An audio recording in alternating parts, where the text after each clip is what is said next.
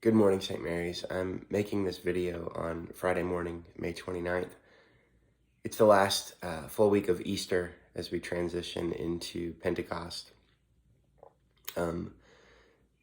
As we transition out of Easter, I am aware of what an odd Easter season it was. Certainly not what we planned. I don't think what any of us hoped for. But in walking through the pandemic together, separately, I think we encountered God and a risen Jesus in places that were unexpected. It was an Easter season unlike any I have experienced to this point. And as we transition to Pentecost, I anticipate a similar experience. Each week when we recite the Creed, we worship the Holy Spirit, who we celebrate on Pentecost Sunday. And we say that he is the Lord and the giver of life. This week has been especially brutal as we think about celebrating the Holy Spirit as the giver of life and the Lord of life. It has been apparent that there is not only a force of life and goodness in this world, but also an enemy that seeks to kill and steal and destroy. And so while the Spirit seeks abundant life for all of creation, and while the Spirit does the work, the slow, humble, and patient work of new creation, there's opposition.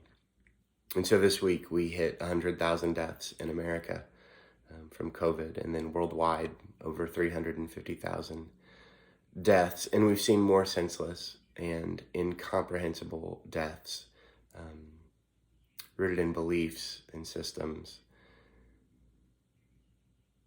that refuse to step into light, the life and the light that Jesus promised and came to bring, that life and light of men and women in the world.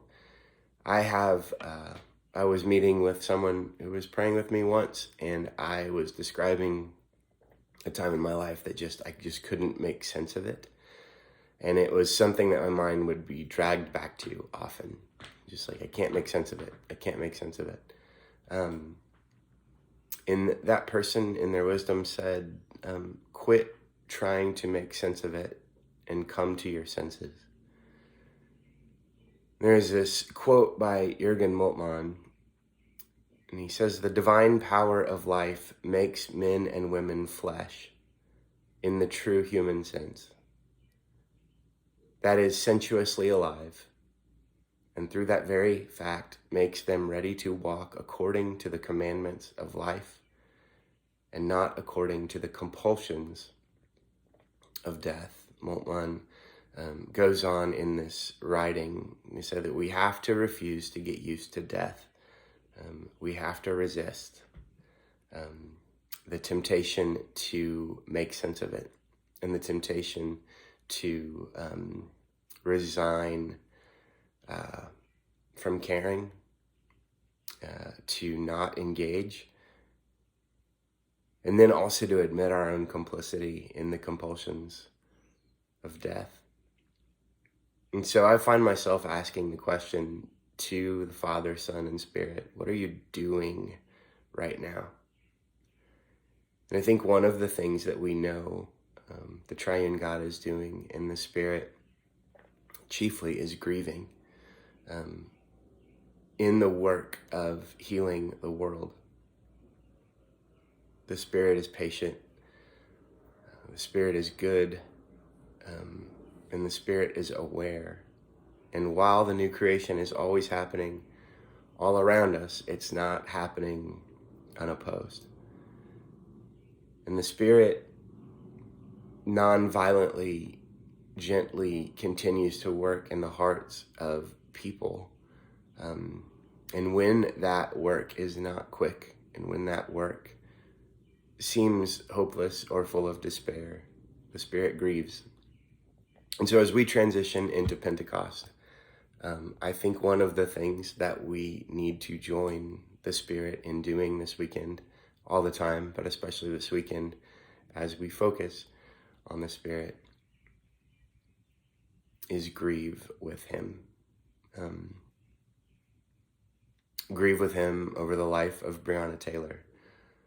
Grieve with him over Ahmaud Arbery and George Floyd. I also believe this about God, and I know it about humans. There's something for the energy to keep seeking life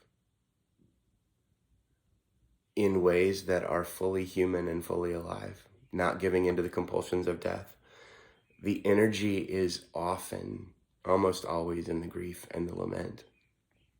And there's something in a tear that says, this is wrong. And my senses know it's wrong. My body knows it's wrong. The water in my eyes knows this is wrong. And the tear says there's something to push back on and that it matters. And the tear is something that's saying, I'm not comfortable with the death. And so the energy to keep up the good fight, to keep sowing and not faint when we don't see the growth we want to see as quickly as we want to see it. That energy is in the honesty of lament. And that eternal energy that flows through the Father, Son, and Spirit for the commitment of the goodness and the restoration and the reconciliation of all things is found in his ability to grieve. I think of Jesus standing over Jerusalem before going to the Passion. He weeps. And so this Saturday night, we are going to gather. This was sort of it was an unexpected meeting, but the staff met this week to talk about this and to organize it. In the email that this video will be attached to, you'll find details for how we can meet responsibly, neighborly, and safely.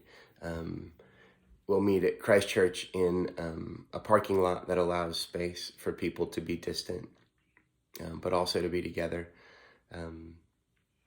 in grief and in worship.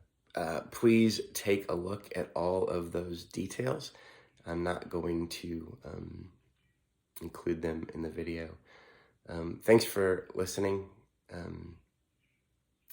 I look forward to seeing those of you who are able to make it. Let me add this one thing. Don't feel obligated. We've all got to work together and trust each other.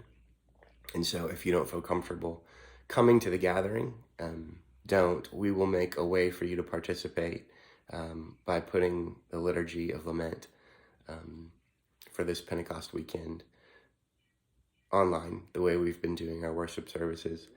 And there will be other ways to be part of the time together if you're not there. So